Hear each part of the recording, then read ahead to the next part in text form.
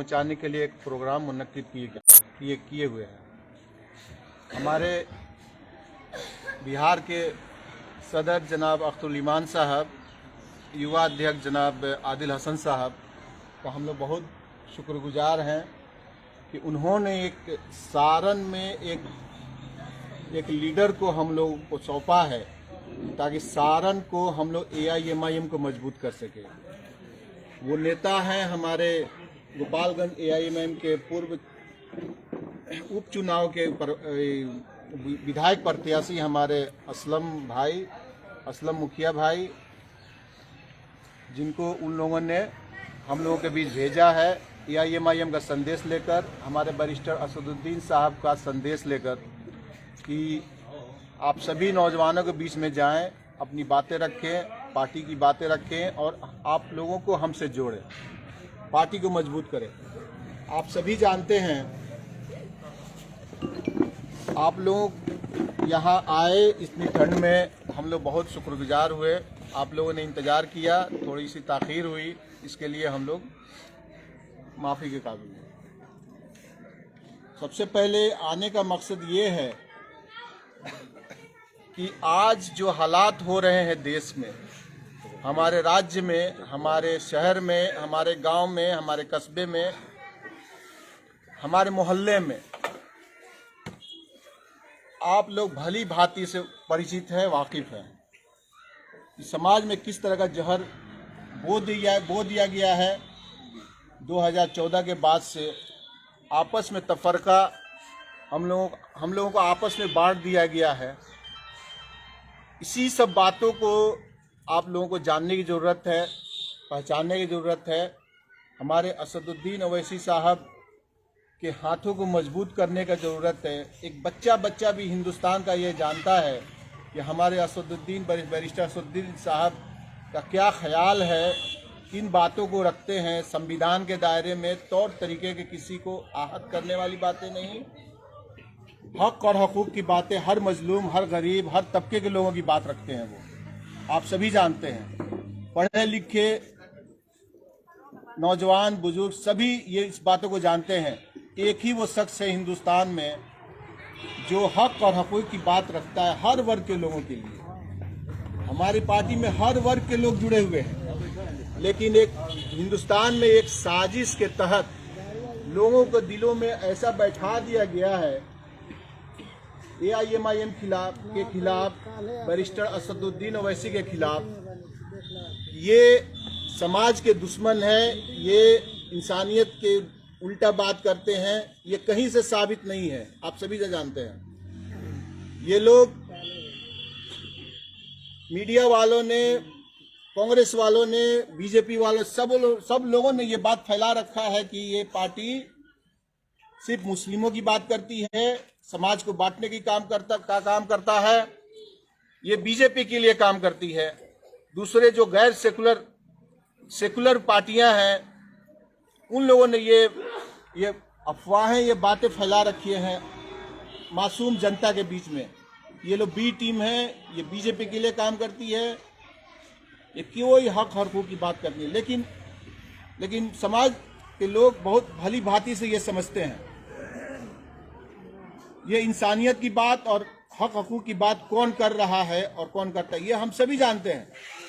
हमारे दिल में वो आवाज़ है, वो इज्जत है हमारे बैरिस्टर असदुद्दीन साहब के लिए, बिहार सदर जनाब अख्तरुल ईमान साहब के लिए वो इज्जत है, सभी जानते हैं।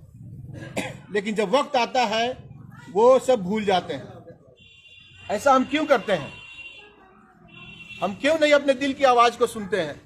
हम क्यों नहीं दिल से अपने आवाज़ को बुलंद करते हैं? और क्यों नहीं दिल से हम आवाज़ कंधा से कंधा मिला करके हम रहते हैं? क्यों चुनाव आता है तो हम लोग पलट जाते हैं कि नहीं, हमको BJP को हराना है। अरे कब तक हराएंगे? हराते आज हम खुद हार गए हैं। हम, अपनी कौम, अपना समाज पूरा बर्बाद हो चुका है। ये सोच दिमाग से हम लोगों को निकालना है कि हम लोग को BJP को हराना है। ये डर, ये ख्याल, ये इन लोगों ने जो अपने आप को सेकुलर कहते हैं, इन लोगों ने ये हमारे दिलो दिमाग में ये ऐसा बैठा दिया है कि हम लोग सोच ही नहीं सकते हैं, सोचने के काबिल सब खत्म कर दिया है। ऐसा कब तक चलेगा? आज हमारे बच्चे पढ़े लिखे हो रहे हैं, जो नौजवान तबका का लोग हैं, लड़के हैं, बच्चे हैं, सब समझ रहे हैं, लेकिन हम लोग अपने बड़े बुजुर्ग जो बड़े भाई हैं उन लोगों को हम लोग समझाना चाहेंगे कि वो लोग जरा समझे। हमारे नौजवान भली भांति समझ रहे हैं और वो दिलो जान से हम मोहब्बत करते हैं हमारे बैरिस्टर असदुद्दीन साहब को, लेकिन हम बुजुर्गों से कहना चाहेंगे आप लोग कम समझें, उनको समझाइए, उनको कन्विंस कीजिए कि नहीं, बेदाग बिना कोई, आज तक कोई ऐसा लीडर नहीं है हिंदुस्तान में जो दागदार ना हो। हमारे एक शख्स को छोड़कर, बैरिस्टर असदुद्दीन साहब को छोड़ करके, उसके अलावा अगर आप किसी एक का नाम गिना दीजिए जिसके ऊपर कोई भी केस हो, कोई भी दाग हो, कोई भी भ्रष्टाचार का मामला हो, कोई नहीं है। तो हम ये दिल में क्यों नहीं सोचते हैं, एक ऐसा सच्चा इंसान जो इंसानियत पे बात करता है, हक और हकूक की बात करता है, हम लोग क्यों नहीं उसका साथ दें, क्यों नहीं उनके हाथों को मजबूत करें? जब वक्त आता है तो हम लोग मुंह मुकर जाते हैं। इन्हीं सब बातों को लेकर आज हमारे बिहार में एक ट्रेंड चल रहा है। हमारे मुख्यमंत्री साहब, हमारे जो कहने वाले जो मुस्लिम हमारे जो विधायक हैं, जो दानिश्वर है, उन लोगों का मीटिंग बुलाकर कहते हैं कि AIMIM को दूर रखे। इतना डर, इतना खौफ आखिर किस लिए? आप लोग इस बातों को समझे। ये डर और खौफ ही हम लोगों को प्लस पॉइंट है। ये बात को समझिए कि ये डर और खौफ उन लोगों के दिलों में ऐसा छा गया है, हम लोग मजबूत हो रहे हैं। ये दिलो दिमाग में समझ लिया, हमारे बैरिस्टर असदुद्दीन साहब से लोग खौफ खा रहे हैं, क्योंकि एक सच्चा है, ईमानदार है, संविधान पे चलने वाला है, हर बात संविधान के दायरे में बोलने वाला इंसान। तो उससे लोग नहीं डरेंगे तो और किससे डरेंगे? इसलिए मेरे भाई, आप लोग, मुख्यमंत्री साहब कहते हैं कि AIMIM पार्टी बी टीम है। मैं आप लोगों से एक बात कर रहा हूं, 17 साल जिन्होंने बीजेपी का साथ रह करके काम किया है और वो खुद हम लोगों को कह रहे हैं कि बी टीम है, तो ये मतलब समझ से एकदम परे है। आप लोगों को समझना होगा इस बातों को कि ये एक ट्रेंड चला हुआ है हमारे कौम, हमारे समाज के खिलाफ। ये लोग नहीं चाहते हमारी क़यादत को। हम चाहते हैं सिर्फ हमारी क़यादत हो, हमारी क़यादत मजबूत हो। जितनी हमारी हिस्सेदारी, भागीदारी है, उतनी हमारी हिस्सेदारी होनी चाहिए। यही बात चिल्ला कर हमारे बैरिस्टर असदुद्दीन ओवैसी साहब कहते हैं। यही इनको पसंद नहीं है, सो कॉल्ड सेकुलर पार्टियों को। अगर इनको हिस्सा देंगे तो हम लोग क्या करेंगे? ये लोग अपनी आवाज बना लेंगे, ये अपनी हम लोगों का कोई पूछेगा नहीं। इसी आवाज और हमारे कायद को दबाने के लिए इन लोगों ने क्या किया, हमारी पार्टी को खत्म करना चाहा। हमारे 4 विधायकों को इन लोगों ने तोड़ लिया। ये लोग समझेंगे कि 4 हम तोड़ लेंगे, ये पार्टी खत्म हो जाएगी। हमारे एक वाहिद मुजाहिदीन जनाब अख्तरुल ईमान साहब हैं, जो पार्टी में जो डटे हुए हैं, वो पार्टी को लेकर चल रहे हैं। अपने ईमान और अपने गरीबों को और अपने मजलूमों की जो आवाज उठाते हैं विधानसभा में, वो एक इंसान का हम लोगों को पीछे चलना है। हमारे रहबर, हमारे वो कायद, उनके हाथों को मजबूत करना है। तो हम लोगों को सोचना होगा, ये जो 4 विधायक जो भाग के गए हैं, वो सिर्फ 4 विधायक भाग के गए हैं, लेकिन हमारे जो कैडर थे, हमारे जो पार्टी से जुड़े हुए थे, जिनके वोटों से वो लोग जीते थे, वो लोग ज्यों का त्यों हैं, वो हमारे कहीं नहीं गए। तो हम कमजोर कैसे हो गए? इन लोगों को डर हो गया है कि अब पार्टी खत्म हो गई, लेकिन ऐसा कुछ नहीं है। आज वो सीमांचल में चले जाएंगे। अभी 25 का इलेक्शन में आप लोगों को अंदाजा लग जाएगा कि उनकी क्या हैसियत रह जाएगी। पब्लिक वहां को बुला रही, वहां उन लोगों को बुला रही है, आप लोग आइए 25 में इलेक्शन लड़िए, हम लोग सबक सिखाएंगे। तो बैरिस्टर असदुद्दीन ओवैसी साहब, अख्तरुल ईमान साहब की मोहब्बत उनके दिलों में ज्यों का त्यों है। सीमांचल में पूरी सीमांचल की जनता चिल्ला रही है, किशनगंज का MP इस बार अख्तरुल ईमान साहब को बनाएंगे। तो मेरे भाई, मेरे दोस्त, मेरे बड़े बुजुर्ग से ये अपील करने हम लोग आए हैं। हमारे जनाब असलम भाई आए हुए हैं, हमारे साहबुद्दीन साहब और इसके साथ साथ ही हम लोग बहुत मशकूर हैं जनाब अली हुसैन साहब को, हामिद भाई को, जिन लोगों ने हम लोगों के बीच में ये प्रोग्राम को मुनक्किद किया। और ये लोग हम सभी गुजारिश करेंगे कि आप लोग इनका साथ दीजिए पार्टी को मजबूत करने में और हर तरह से, ताकि ये हमारे पार्टी हमारे बैरिस्टर असदुद्दीन साहब के हाथों को मजबूत कर सके। मैं इतना ही बात कर आप लोगों के बीच से विदा होना चाहूँगा। अस्सलाम वालेकुम। नहीं है ना उम्मीद इकबाल अपने किस्त वीरा से, नहीं है ना उम्मीद इकबाल अपने किस्त वीरा से, जरा नम हो तो ये मिट्टी बड़ी जरखे जैसा। ये भी आप लोगों ने सुना होगा। अभी बी टीम की जो बात चली है, नीतीश कुमार की बात चली है, तो सबसे पहले आप लोगों को याद होगा कि जब CA कानून बन रही थी, तो उसकी तख्लीक हो रही थी, तो नीतीश कुमार ने उनका सपोर्ट किया था। आज हमारे साथ आ रहे हैं, कह रहे हैं कि नहीं हम मुसलमानों का हमदर्द है। आप लोगों को मैं बताना चाहता हूँ, पूछना चाहता हूँ कि आपको एक 5 स्टार होटल दे दिया जाए। होटल के अंदर आपकी सारी सहूलियत है, खाने पीने रहने का। उसके अंदर एक सांप को छोड़ दिया जाए, कहा जाए कि सांप से बच के रहना, क्या आप रह पाएंगे होटल में? जिन लोगों ने हमको सारी सहूलियतें दे रही है, लेकिन एक सांप छोड़ दिया हमारे खिलाफ में, और आज वो लोग कह रहे हैं कि हम लोग बी टीम है। ये सोचने वाली बात है। मैं चाहूंगा कि आपके सीमान के जो सिपाही हैं अमित शाह, वो मंच पे आए, अपनी बात को रखें, क्योंकि MIM के जो मजबूत सिपाही है आपके सीमान के जनाब हमीद साहब है।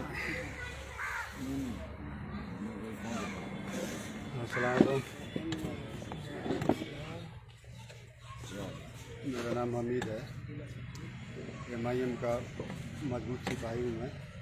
सभी का जो आए हैं यहाँ देखिए, सभी का सलाम अलैकुम। और सबसे ज़्यादा यह है कि यहाँ बड़हरिया प्रखंड, चतुर्थी प्रखंड का चुनित किया गया है। उन लोगों को लेटर देने के लिए सब प्रोग्राम किया गया है, और इसमें जितने भी आदमी सदा जुड़ना चाहते हैं लोग जुड़े, और जुड़ने के बाद आगे कारवाई है, ठीक है। और बहुत बड़ा यहाँ का आदत हुआ था पटना में, अपने नीतीश साहब किए थे मुसलमान के साधने के लिए भी, कौना हिसाब से ये लोग है। आज भी आए हुए हैं यहाँ, नीतीश साहब यहाँ पर आए हुए हैं। हम प्रोग्राम किए हैं कि मामडन के साझा जाए कि कौना हिसाब से है। तो 17 साल 18 साल तक तो बीजेपी में थे। अब ये कब पलट के किसमें जाएंगे कोई ठिकाना नहीं है। RJD जदयू दोनों तो एक ही है लोग, पिस रहे हैं हम लोग। एक मेरा विधायक है, वो असेंबली में सब अपना काम कराता है, हर मुद्दे पर अपना बोलता है कि ये काम नहीं हुआ, ये काम नहीं हुआ। यहाँ पर गोपालगंज में एक लड़का 8 साल का, यहीं पर बड़हरिया में हुआ था, बड़हरिया में हुआ था ना। 8 घंटे के अंदर मेरा बैरिस्टर असदुद्दीन ओवैसी साहब वहाँ थे, जब डकरे असेंबली में तब जाके बेल हुआ 8 घंटे के अंदर। तो आप लोग हाथ को मजबूत करिए, और करने के बाद अपना यहाँ के आदत बरियार करिए।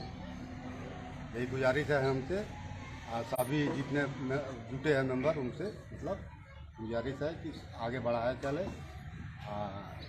मेरा जिला अध्यक्ष साहब नहीं है, फरवरी में आ रहे हैं, 20 फरवरी को आ रहे हैं यहाँ पे।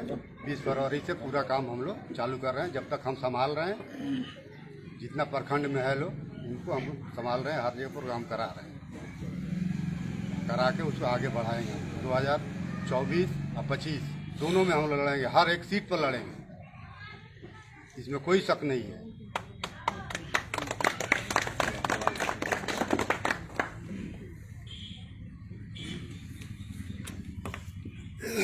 मेहनत की भट्टी में तपकर मिट्टी सोना बनती है, मेहनत की भट्टी में तपकर मिट्टी सोना बनती है, और जहद मुसलसल से बच्चों है सह का मुकद्दर बनता है। अगर हमारी मेहनत रही, हमारी मशक्क़त रही, तो जरूर हमारी किस्मत बदलेगी, इसमें दो राय नहीं है। लेकिन सबसे बड़ी बात है कि अभी तो लोगों ने बी टीम कह रहा है, लेकिन समाज में आपको ये भी देखना पड़ेगा कि कुछ दिनों के बाद से जब लोग थक जाएंगे बी टीम से, तो अपर क्लास लोअर क्लास का भी गेम खेलेंगे। इस चीज को आपको ख्याल करना पड़ेगा। वो लगेंगे फिर पसमंदा मुसलमान, अपर मुसलमान, लोअर मुसलमान, इस तरीके से भी वो लोग नफाक डालेंगे, हमको बांटने की कोशिश करेंगे, क्योंकि हमको बांटने के बहुत रास्ते हैं, क्योंकि हम ऐसे ही 72 फिरके बटे हुए हैं। लेकिन हमारी जो मिल्लत है जनाब असदुद्दीन साहब, उनकी मेन मकसद यही है कि हमारे अंदर मुत्तहिद होना है, हमको एकजा होना है, हमको सारी नफरत को मिटा के एकजा होना है। तो मैं चाहूंगा कि आप ही के सिपाही जनाब अली हसन साहब यहाँ मौजूद हैं, ये भी अपनी बात को रखें।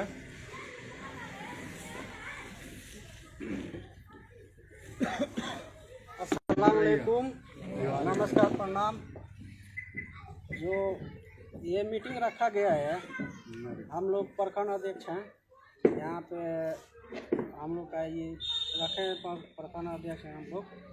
और रह गई बात पार्टी का, पार्टी के लिए हम लोग बहुत दिन से मेहनत कर रहे हैं, 2017 से दीवान में हम लोग मेहनत कर रहे हैं। और हमारे पार्टी का बी टीम सी टीम बोला जाता है, लेकिन हम एक बात कहना चाहते हैं, नीतीश कुमार बी टीम सी टीम है, कभी भी बीजेपी में चले जाते हैं, कभी आरजेडी में चले जाते हैं।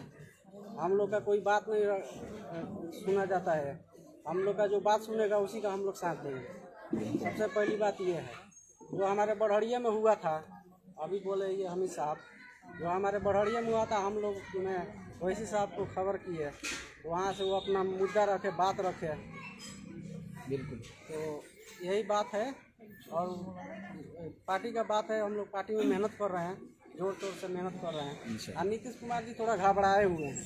अभी देखिए बिहार के दौरा कर रहे हैं, जहाँ पे आए हैं वहाँ पे कुछ काम हो रहा है, जहाँ पे वो आए हैं वहाँ पे कुछ काम हो रहा है, खाली चार वार्ड में काम हो रहा है वहाँ पर, ठीक है ना। तो बात ये है कि ये लोग घबराए, ये लोग बी टीम सी टीम है। हमारे पार्टी को हम लोगों का बी टीम सी टीम बोल रहे हैं, लेकिन ऐसा कुछ बात नहीं है। हमारे साथ हिंदू मुसलमान सारे तबका का आदमी जुटा हुआ है, सारा आदमी काम कर रहा है, इसमें कोई घबराने की बात नहीं है। हम लोग 24 में हम लोग जोर तोड़ से अच्छे से इलेक्शन हम लोग लड़ेंगे, हर जगह से लड़ेंगे।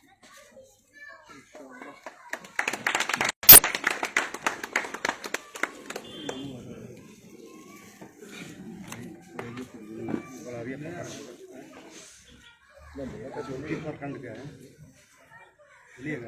अरे परिचय तो दे दीजिए, अपना परिचय तो दे दीजिए। मेरा नाम फिरोज अहमद है, प्रखंड पिचरुखी का रहने वाला हूँ और पिचरुखी प्रखंड का प्रखंड अध्यक्ष हूँ। और यहाँ पे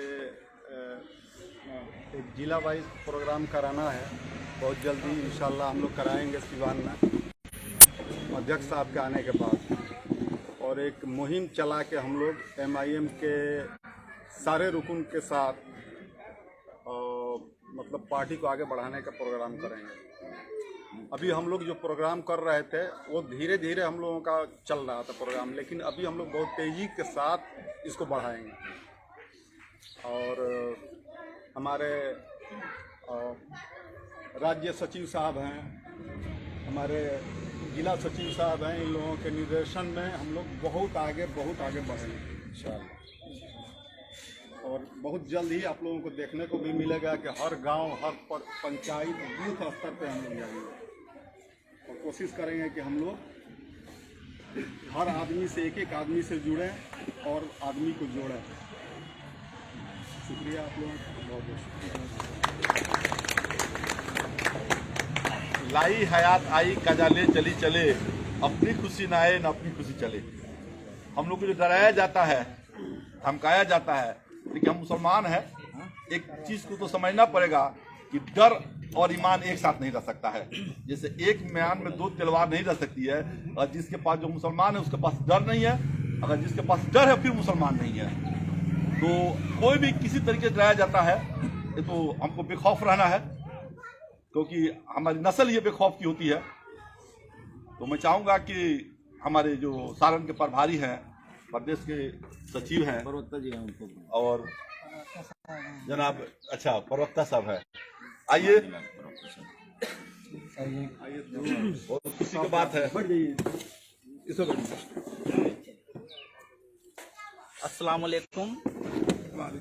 सबसे पहले तो हम यहाँ पे हमारे सचिव अमित शाह जी और हमारे जिला अध्यक्ष आरिफ जमाल जी और हमारे पूर्व प्रत्याशी गोपालगंज विधानसभा के हमारे मुखिया जी का बहुत तहे दिल से शुक्रिया अदा करते हैं।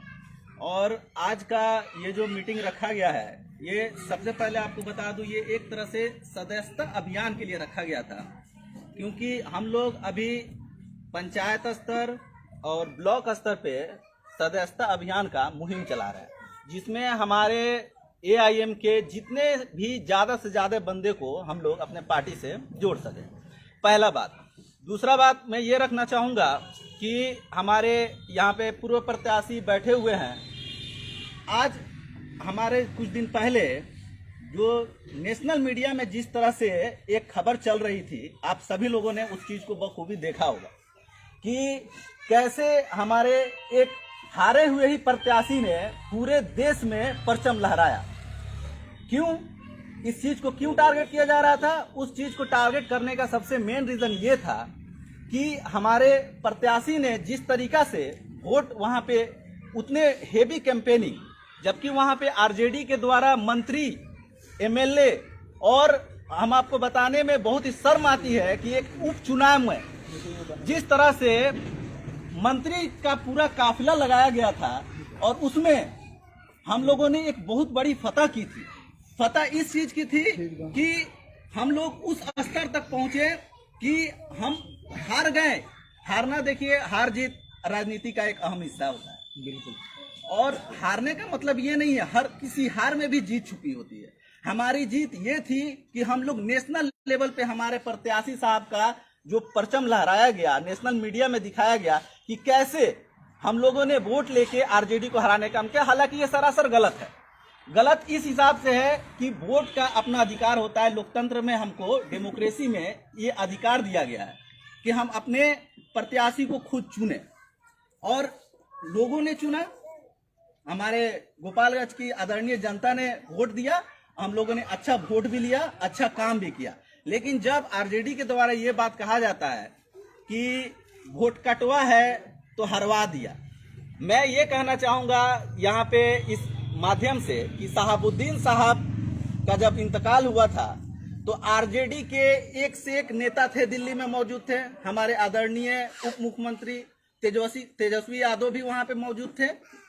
वहाँ पे जिस स्तर से लड़ाई लड़नी चाहिए शहाबुद्दीन के लिए, उस स्तर से लड़ाई नहीं लड़ी गई, पहली बात।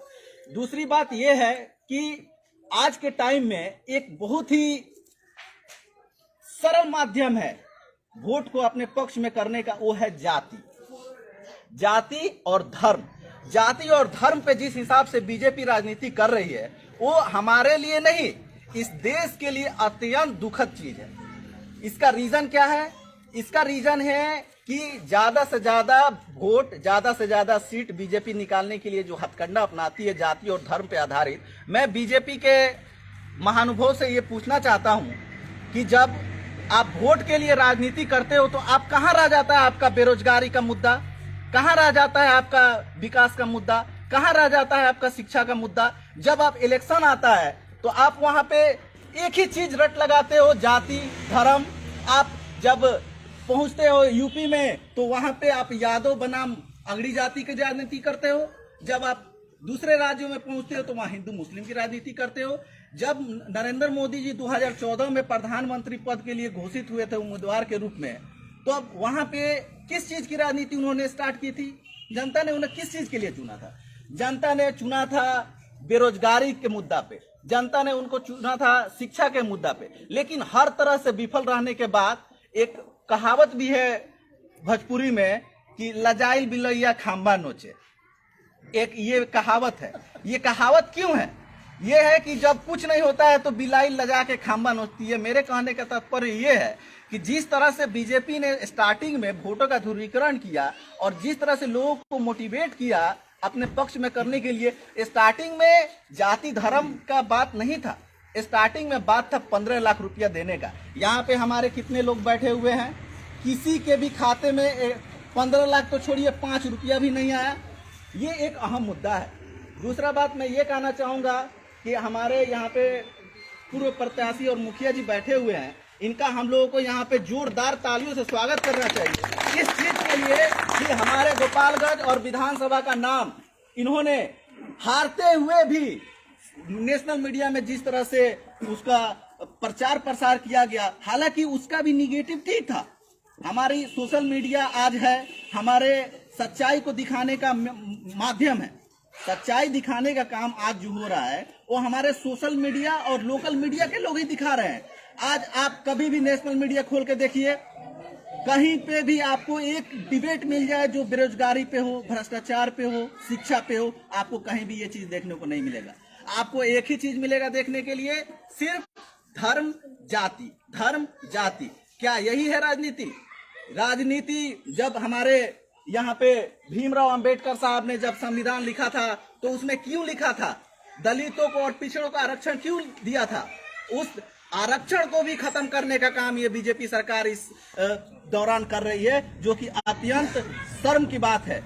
इसलिए मैं दरख्वास्त करूंगा हमारे भी जितने भी मित्र हैं या हमारे सोशल मीडिया के माध्यम से जहां भी मेरी बात पहुंच रही है, मैं एक ही चीज की गुजारिश करूंगा कि जहां भी हो आप वोट दो। आप डेमोक्रेसी में रह रहे हो, आपको ये पूरा अधिकार है कि आप अपने प्रत्याशी को चुनो, लेकिन किस माध्यम से चुनना है? धर्म के हिसाब से चुनना है, जाति के हिसाब से चुनना है? अगर आप धर्म और जाति के हिसाब से चुनोगे दोस्तों, तो आपको ये 1200 का सिलेंडर आने वाले टाइम में 2200 में खरीदना पड़ेगा। ये है हमारी आज की राजनीति की जो दृष्टिकोण है, पूरी तरीके से मुड़ी हुई है, एक जगह स्थिर हो गई है। और उस सेंट्रल पॉइंट में दो ही आदमी आते हैं, नरेंद्र मोदी और अमित शाह, जिसको हम लोगों को हटाना है। हटाने का काम बात से नहीं, मेहनत करके होगा, फील्ड में काम करके होगा। दूसरी बात मैं ये कहना चाहूंगा कि लोग आज बोलते हैं कि AIM पार्टी वोट कटवा है। अगर वोट कटवा है तो नीतीश कुमार क्या थे? नीतीश कुमार जब बीजेपी में चले गए तो दूध के धुले हो गए, जब RJD में आ गए तो फिर वो AIM के जो भी हैं उनके विधायक हैं उनसे प्रसार करवा रहे हैं। सिर्फ क्यों करवा रहे हैं? कि जो उनका वोट है वो उनके पैकेट में रहे। मैं एक बहुत ही बढ़िया बात आप लोग को बताना चाहूंगा कि मुस्लिम या जो दलित या जो पिछड़ा जाति है वो किसी के पैकेट में नहीं है। सब लड़के आज पढ़ रहे हैं, शिक्षा का अधिकार है। आज हमारे स्तर पे जितना काम होना चाहिए उतना काम नीतीश कुमार ने नहीं किया। क्यों नहीं किया? क्योंकि आपके पास टाइम नहीं है। आप दल बदल के काम कर रहे हैं, कभी इस दल में जा रहे हैं, कभी उस दल में जा रहे हैं। ये एक बहुत ही गलत राजनीति है। जब कोई वोट देता है, किसी कैंडिडेट को पर्सनली वोट देता है और जो वो नेता दूसरे पार्टी में चला जाता है, तो किसको मूर्ख बना रहा है? वो जनता को मूर्ख बना रहा है। इसलिए जनता आने वाले चुनाव में इस चीज को सबक सिखाएगी। और जाते जाते मैं एक शायरी पढ़ना पसंद करूंगा आप लोगों के बीच में।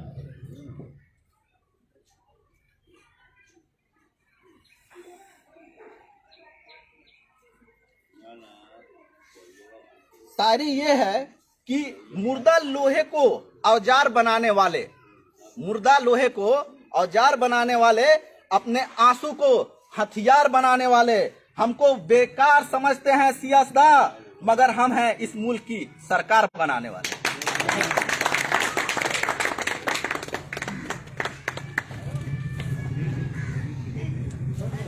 तो आपने अभी प्रवक्ता साहब की बात सुना, बहुत अच्छी बात उन्होंने बताई, बहुत खुशी हुई। और इस बात की खुशी है कि आप लोगों ने बहुत मजमा जमा किया, सब लोगों का शुक्रिया। और इसी के साथ मैं कहूँगा कि हमारे प्रदेश सचिव, सारण प्रभारी, उप मुखिया जनाब असलम भाई आए और अपनी बात को रखें।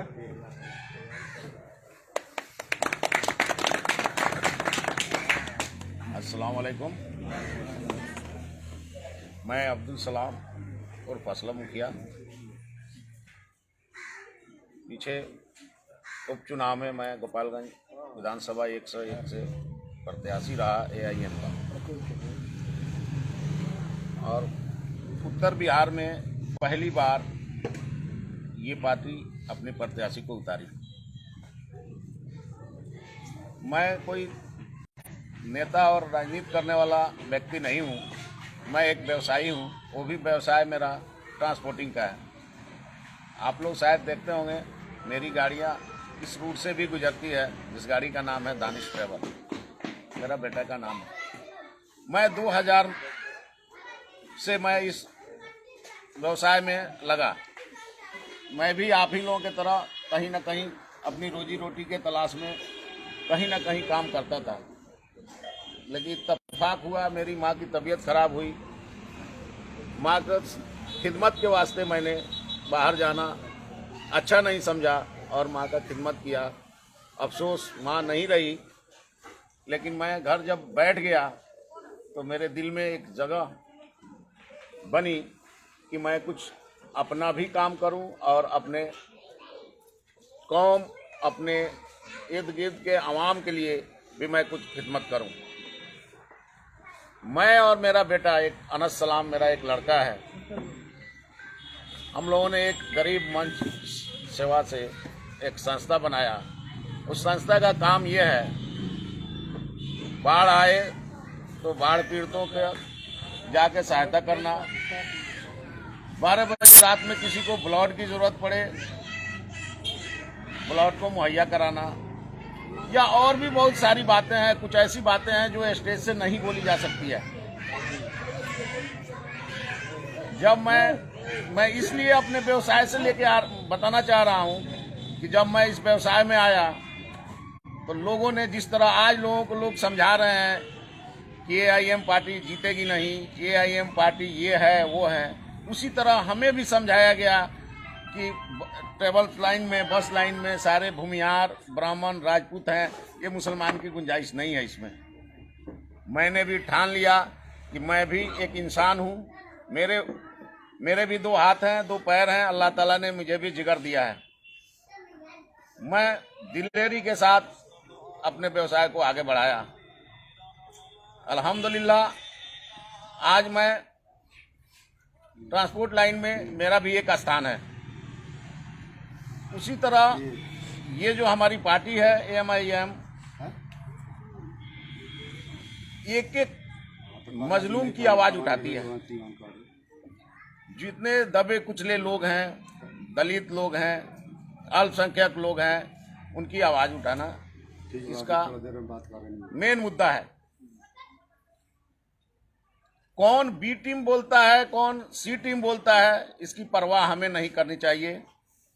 हमारा जो मकसद है, हम उस मकसद को पाने के लिए अपने जद्दोजहद को चालू रखें। गोपालगंज में जब मैं उपचुनाव लड़ा,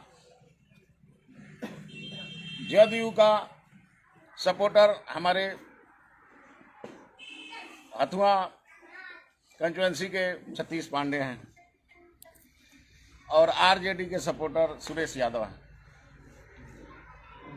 उन दोनों के बीच में रहते हुए मैं दिलेरी के साथ इलेक्शन लड़ा। आवाम ने पुरजोर मुझे सपोर्ट किया। अल्हम्दुलिल्लाह अच्छी खासी पहली बार लोगों ने वोट किया। जब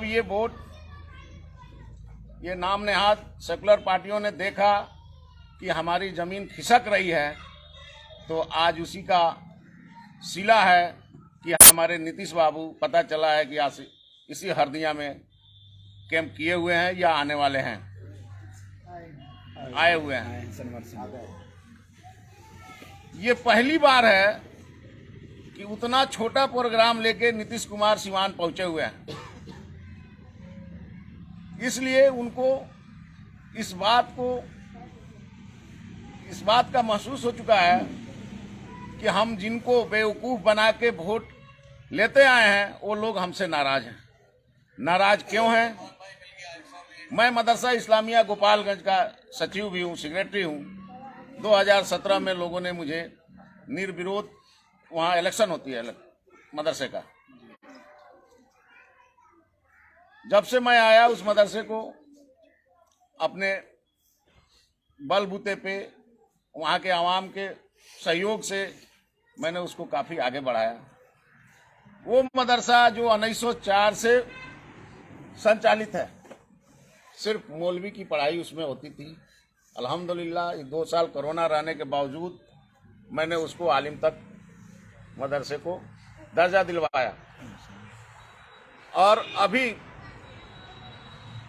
3 तारीख को या 4 तारीख को गोपालगंज डीएम साहब से, अल्पसंख्यक विभाग से मैं जबरदस्ती समझ लीजिए 33 लाख रुपया रूम के लिए मैंने आवंटित कराया। ये सब बातें कहने का मकसद ये है मेरा, कभी कमतरी एहसास ना करे कोई बड़ा नहीं है, कोई छोटा नहीं है। जिस दिन नीतीश कुमार भी जेडीयू पार्टी लेके आए थे, उस दिन श्याम बिहारी क्या नाम है जो यहाँ के विधायक रहा करते थे, आप लोगों ने देखा होगा, श्याम बहादुर सिंह, असर क्या थी, उसका हालात क्या था उस बंदे को। लेकिन उसने मेहनत किया, उस बंदे ने विश्वास जताया नीतीश कुमार पे। 3-4 बार उन्होंने यहाँ का विधायक रहा। हमारे लालू जी आरजेडी बनाए, उनको जरूरत पड़ी तो बीजेपी से भी सहयोग लेकर सरकार बनाया। सब लोग वक्त पे यही कहते हैं कि हम सेकुलर हैं, तो सेकुलर सिर्फ अल्पसंख्यकों को फरमाने के लिए ये बात बोलते हैं। कोई सेकुलर नहीं है, सब लोग अपनी अपनी रोटी सेक रहा है। सिर्फ वाहिद एक बंदा है इस इंडिया के अंदर जिसका नाम असदुद्दीन ओवैसी साहब है, वही सबको वो चाह रहे हैं कि जो भी काम हो वो संविधान के दायरे में हो, जो कुछ भी हो।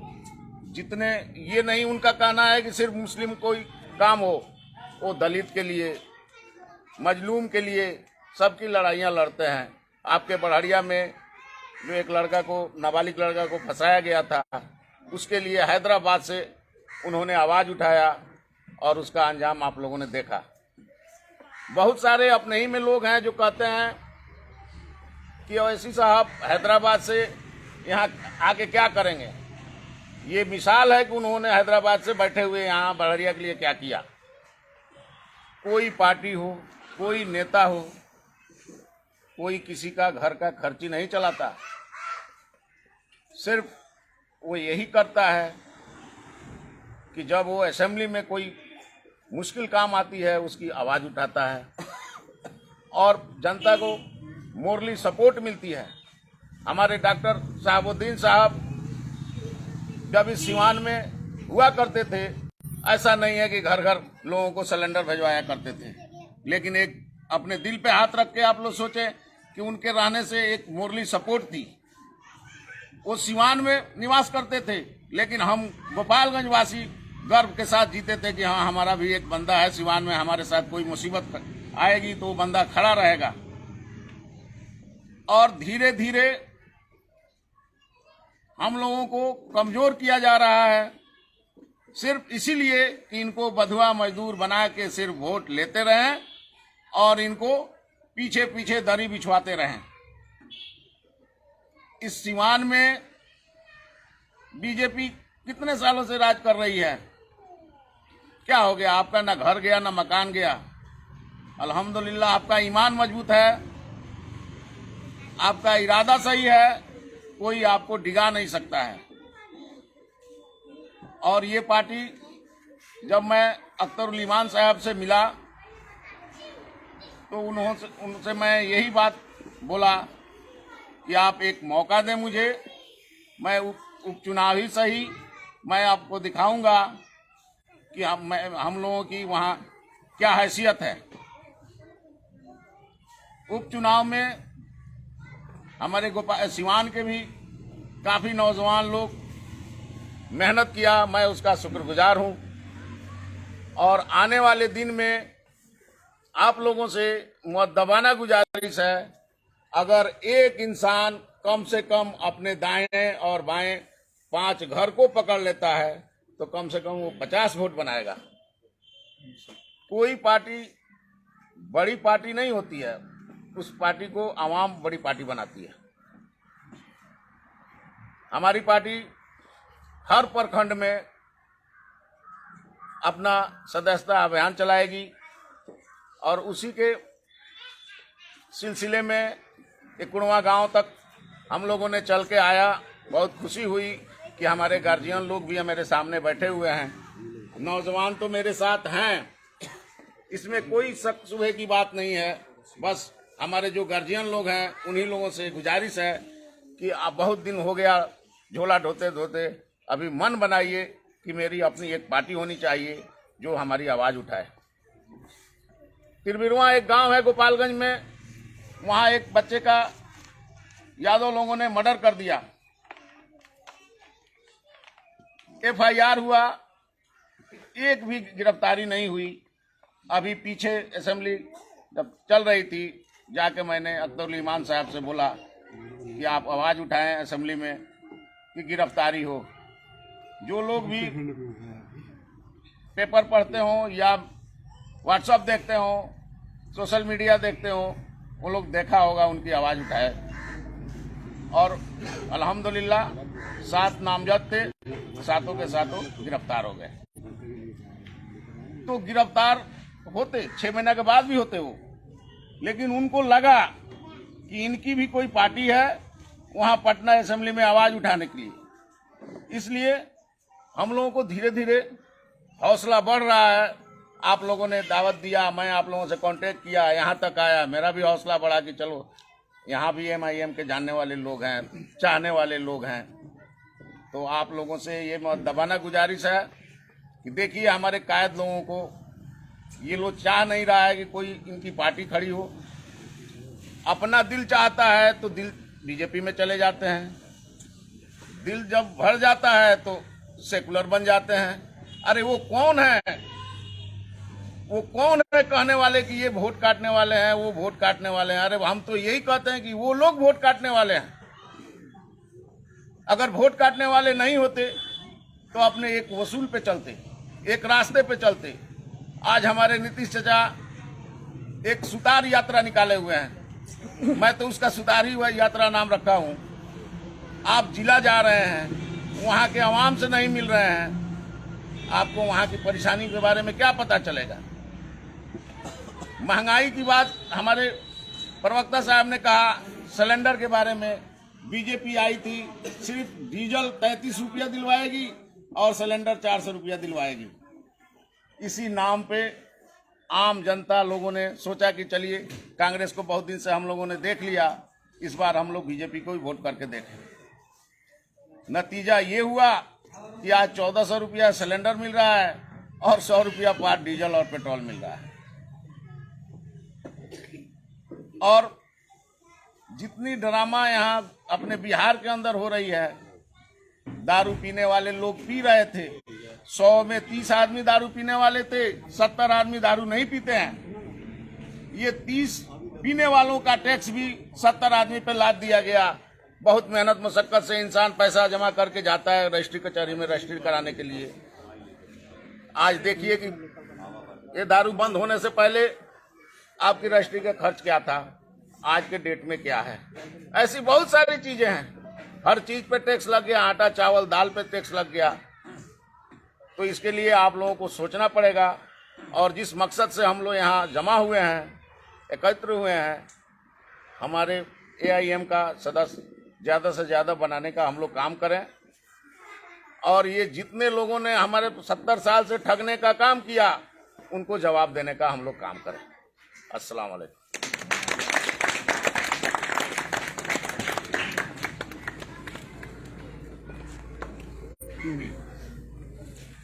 आप लोगों के बीच से भी अगर कोई बड़े बुजुर्ग अगर कुछ कहना चाहे, आकर के कहिए, आप अपनी बात को रखें। चाचा, बड़े भाई लोग, कोई अगर बात दिल में है बोलने के लिए तो बोल सकते हैं। तो बढ़िया के कोवा गाँव में अभी हमारी टीम आई हुई है। ये आप देख सकते हैं MIM सारण में, गोपालगंज के बाद अब सीवान के गोपाल बढ़िया में भी ये देखिए MIM के जो कैंडिडेट हैं। उपचुनाव जो हुआ था, असलम मुखिया जी भ्रमण कर रहे हैं, अपने पार्टी को इधर बढ़ा रहे हैं, लोगों से मिल रहे हैं, पार्टी के सदस्य बना रहे हैं। अभी हम बात करेंगे और भी चीज़ों को हम लोग समझने की कोशिश करेंगे। एक और बात है, नीतीश कुमार जी का भी आगमन सीवान में हुआ है, उस पर भी हम बात करेंगे। ऐसे ही आप लोग हमारे चैनल पर बने रहें, देखते रहें अलग अंदाज।